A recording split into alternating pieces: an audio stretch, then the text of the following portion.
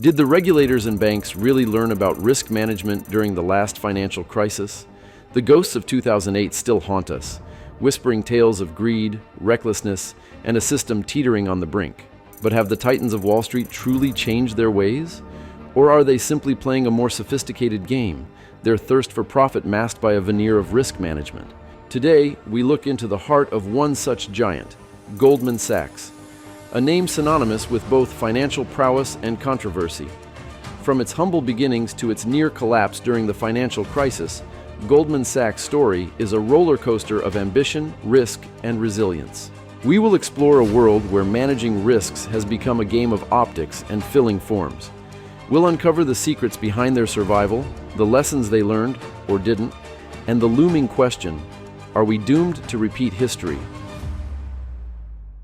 Founded in 1869 by Marcus Goldman, a visionary in financial innovation, Goldman Sachs started as a humble commercial paper business. Over the years, key milestones propelled its growth. The 1882 partnership with Samuel Sachs, handling the groundbreaking IPO of Sears, Roebuck & Co. in 1906, and expanding into investment management during the post-war boom of the 1940s-1950s.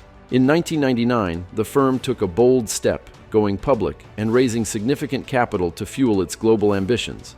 It wasn't long before Goldman Sachs became synonymous with Wall Street success, advising on major mergers and acquisitions, facilitating groundbreaking IPOs, and managing vast sums of wealth for its clients. The firm's influence extended far beyond the financial world, shaping industries and economies across the globe.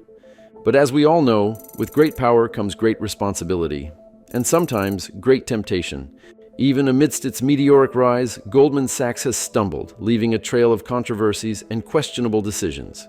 The 1994 collapse of long-term capital management, a hedge fund heavily backed by Goldman, resulted in significant financial losses and raised eyebrows about the firm's risk appetite. This debacle exposed a potential blind spot in their risk assessment, an indicator of future troubles as Goldman's aggressive pursuit of high returns sometimes overshadowed prudent risk management.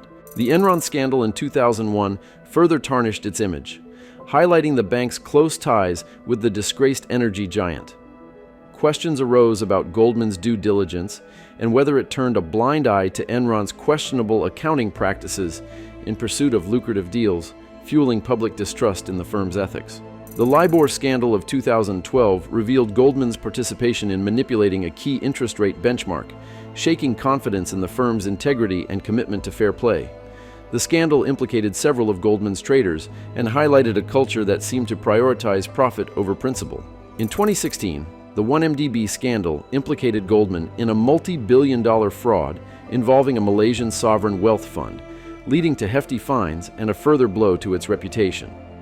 The scandal exposed the firm's willingness to engage in questionable deals in pursuit of lucrative fees, raising serious questions about its moral compass. These numerous instances and others paint a picture of a company driven by ambition and profit, sometimes seemingly at the expense of ethical considerations and prudent risk management. It's a narrative that raises concerns. Can a company so focused on profit truly be trusted to safeguard the financial system? The years leading up to the 2008 financial crisis were marked by a frenzy of financial innovation and risk-taking. Goldman Sachs, like many other Wall Street giants, was riding the wave of prosperity, seemingly oblivious to the looming storm. The firm's heavy involvement in the subprime mortgage market, coupled with its complex financial products and high leverage, left it particularly exposed when the housing bubble burst. As the crisis unfolded, Goldman Sachs found itself in a precarious position. The firm's aggressive pursuit of profit had left it vulnerable to the very forces it had helped unleash. The global financial meltdown of 2008 left no stone unturned, and Goldman Sachs was no exception. Over-leveraged and entangled in risky subprime mortgages, they faced a dire situation. But this wasn't the first time the firm had faced a crisis. The Great Depression of 1929 and the collapse of its investment trust had nearly brought the company to its knees. The echoes of that experience resonated as the 2008 crisis unfolded, raising the question, would history repeat itself? In the throes of the 2008 crisis, Goldman Sachs faced a defining moment. With the financial system on the verge of collapse, the firm had to make tough choices to survive. The U.S. government, in an effort to stabilize the economy, extended a $10 billion lifeline to Goldman Sachs through the Troubled Asset Relief Program, TARP. This bailout, while controversial, provided the firm with much-needed capital to weather the storm. But the bailout was just the beginning. Goldman Sachs also made strategic pivots, including converting to a bank holding company, which allowed them access to additional funding and regulatory oversight. These pivots, coupled with the government's support, helped Goldman Sachs emerge from the crisis, battered but not broken. However, their actions during this period were not without controversy. The firm's shorting of the subprime market while simultaneously advising clients to invest in it raised serious ethical questions. The 2010 Senate hearings only fueled more public outrage, especially after CEO Lloyd Blankfein's infamous claim that Goldman Sachs was doing God's work. He made this tone-deaf statement in 2009 as millions were still suffering, jobless, homeless, and devastated. While the world struggled, Blankfein boldly painted his firm as a force for good, a claim that smelled of arrogance and deepened the anger toward Wall Street's unchecked greed. The 2008 crisis served as a wake-up call for Goldman Sachs, forcing them to reevaluate their risk management practices.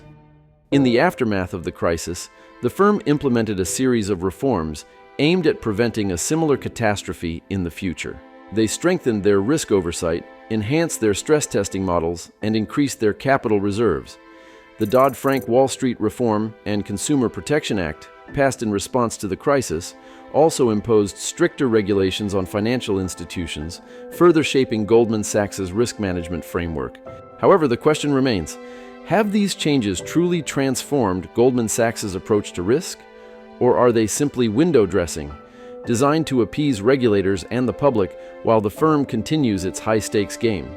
Could history come full circle with Goldman Sachs once again at the center of a financial storm?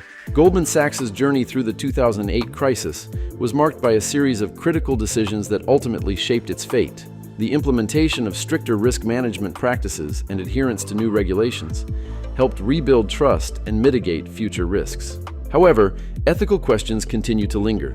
The delicate balance between pursuing profit and managing risk remains a central challenge for Goldman Sachs and the financial industry as a whole. The allure of high returns can often overshadow the importance of prudent risk management, leading to catastrophic consequences. The lessons learned from the last crisis are clear. Risk management is paramount, transparency is essential, and ethical considerations cannot be ignored.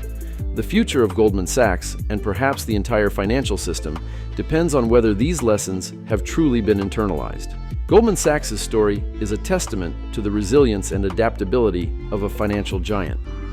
From its second near collapse in 2008 to its current position as a global leader, the firm has weathered storms that would have sunk lesser institutions.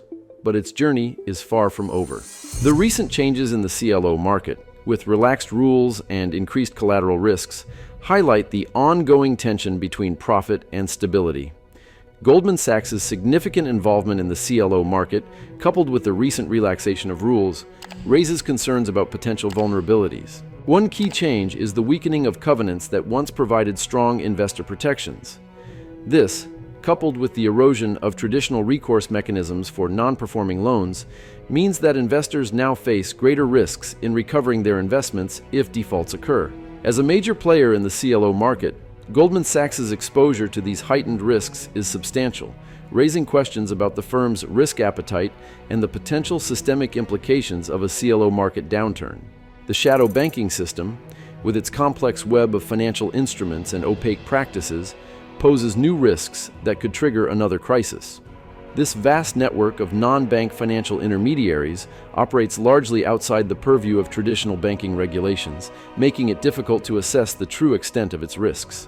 The lack of transparency and interconnectedness within the shadow banking system creates a potential breeding ground for systemic vulnerabilities that could amplify shocks to the financial system.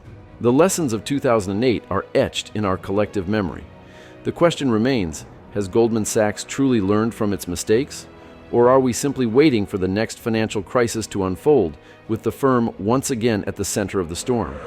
The answer may lie in the choices Goldman Sachs makes in the months and years to come. Will they prioritize stability and responsibility, or will they succumb to the allure of unchecked risk and the relentless pursuit of profit?